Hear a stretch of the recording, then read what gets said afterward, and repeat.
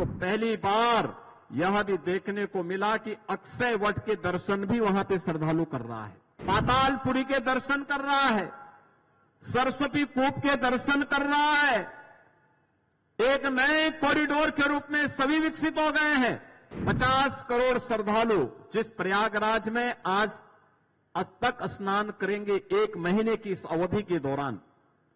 वे श्रद्धालु आए होंगे, और सर्वाधिक श्रद्धालु आए हैं सड़क मार्ग से। उत्तर प्रदेश की अकेली अर्थव्यवस्था को महाकुंभ प्रयागराज के माध्यम से 3 लाख करोड़ रुपए की नई बढ़ोतरी होने जा रही है। प्रयागराज में महाकुंभ का आयोजन जहां हो रहा है, उस महाकुंभ के आयोजन स्थल पर भी आदरणीय प्रधानमंत्री जी की प्रेरणा से जो कुंभ स्थल है, यह भी डिफेंस की ही लैंड है, और उस लैंड पर हर वर्ष जब भी माघ मेला होता है, जब भी कुंभ का आयोजन, महाकुंभ का आयोजन होता है, उत्तर प्रदेश सरकार को लीज पर और भूमि प्राप्त हो जाती है। और पिछले 8 वर्ष के अंदर जो भी आयोजन हुए हैं, बड़ी सहजता के साथ वह भूमि मिली, और अब तो पहली बार यह भी देखने को मिला कि अक्षय वट के दर्शन भी वहां पे श्रद्धालु कर रहा है, पातालपुरी के दर्शन कर रहा है, सरस्वती कूप के दर्शन कर रहा है। एक नए कॉरिडोर के रूप में सभी विकसित हो गए हैं। याद करिए, स्वतंत्र भारत में 1947 से लेके 2019 तक जहां तक आम जन और श्रद्धालु नहीं पहुंच पाता था, ये डबल इंजन की भारतीय जनता पार्टी की सरकार और आदरणीय रक्षा मंत्री जी के कारण आज वहां पर भी श्रद्धालु पहुंच करके उन सुविधाओं का उपयोग कर पा रहा है। सैकड़ों वर्षों से बनी हुई दबी हुई भावनाओं को, दबी हुई आस्था को एक नया सम्मान प्रयागराज में मिल रहा है। एक तरफ महाकुंभ का आयोजन और दूसरी तरफ वहां के इंफ्रास्ट्रक्चर को लेकर के। बहनों और भाइयों, कल्पना करिए 50 करोड़ श्रद्धालु जिस प्रयागराज में आज तक स्नान करेंगे, 1 महीने की इस अवधि के दौरान वे श्रद्धालु आए होंगे, और सर्वाधिक श्रद्धालु आए हैं सड़क मार्ग से। सड़क मार्ग से वहां पे रेलवे की बेहतरीन सुविधा हुई, सैकड़ों की संख्या में मेरा स्पेशल भी चलाई गई। एयर कनेक्टिविटी के लिए 40 रेगुलर फ्लाइट प्रतिदिन प्रयागराज को देश के अलग अलग कोनों को जोड़ रही है। लेकिन सड़क मार्ग से सर्वाधिक वाहन प्रयागराज पहुंचे हैं, और सड़क मार्ग की बेहतरीन कनेक्टिविटी करने का श्रेय अगर किसी को जाता है तो आदरणीय प्रधानमंत्री जी के मार्गदर्शन में आदरणीय नितिन गडकरी जी को। एक एक कार्य को कुंभ के पहले, महाकुंभ के पहले स्वयं आकर के उन्होंने इन सभी परियोजनाओं का रिव्यू किया, युद्ध स्तर पर कार्य को आगे बढ़ाया। परिणाम है कि मौनी अमावस्या के दिन 8 करोड़ श्रद्धालुओं ने पावन संगम में आस्था की डुबकी लगाई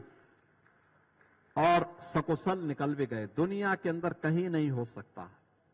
ये केवल और केवल ये डबल इंजन की सरकार ही इस प्रकार के आयोजन के साथ जुड़ सकती है। और बहनों और भाइयों, आस्था को सम्मान कैसे, आपने देखा होगा, भारत के अंदर 140 करोड़ की आबादी, इसमें 110 करोड़ की आबादी सनातन धर्मावलंबी है, और उसमें से 50 करोड़ लोग आज तक आस्था की डुबकी प्रयागराज में लगा चुके होंगे। इतना बड़ा आयोजन होना, प्रयागराज को रिंग रोड के रूप में सौगात देना, लखनऊ और रायबरेली प्रयागराज की कनेक्टिविटी को 6 लेन की कनेक्टिविटी के साथ जोड़ना, प्रयागराज के अंदर के सड़कों को फ्लाईओवर के साथ जोड़ना, 2 लेन को 4 लेन, 4 लेन को 6 लेन के साथ जोड़ने का कार्य डबल इंजन की भारतीय जनता पार्टी की सरकारों ने किया। और राष्ट्रीय राजमार्ग और केंद्रीय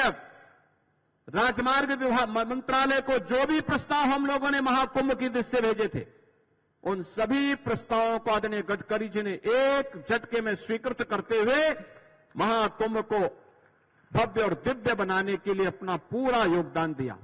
आज उसका परिणाम है कि प्रतिदिन करोड़ों की संख्या में श्रद्धालु आकर के आस्था की डुबकी आसानी से लगा पा रहा है। मैं इस अवसर पर अपने दोनों यशस्वी नेताओं का एक बार फिर से प्रदेश की राजधानी लखनऊ में हृदय से स्वागत करता हूं और इस अवसर पर मैं आदरणीय गडकरी जी के संज्ञान में इस बात को जरूर लाना चाहूंगा कि इस बार जो स्केल है वहां पर, इसको देखते हुए हमारी कैबिनेट ने भी 22 जनवरी को प्रयागराज में जाकर के सामूहिक रूप से आस्था की डुबकी लगाई थी और तब हम लोगों ने महसूस किया था कि गंगा नदी में शास्त्री ब्रिज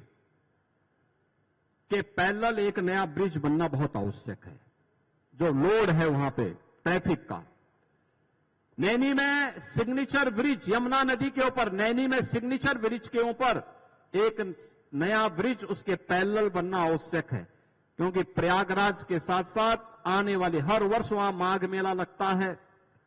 हर वर्ष वहां पे हर 6 वर्ष में कुंभ का और 12 वर्ष में महाकुंभ के आयोजन के साथ हमें जुड़ने का अवसर प्राप्त होता है। ये सभी आयोजन और इस दृष्टि से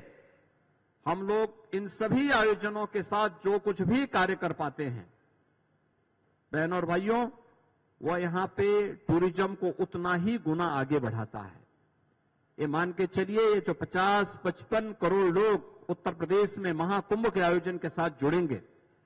ये उत्तर प्रदेश और देश की इकोनॉमी को कितना इसको बूस्ट प्राप्त मिलेगा, इसका अनुमान आप कर सकते हैं। मेरा अनुमान है कि उत्तर प्रदेश की अकेली अर्थव्यवस्था को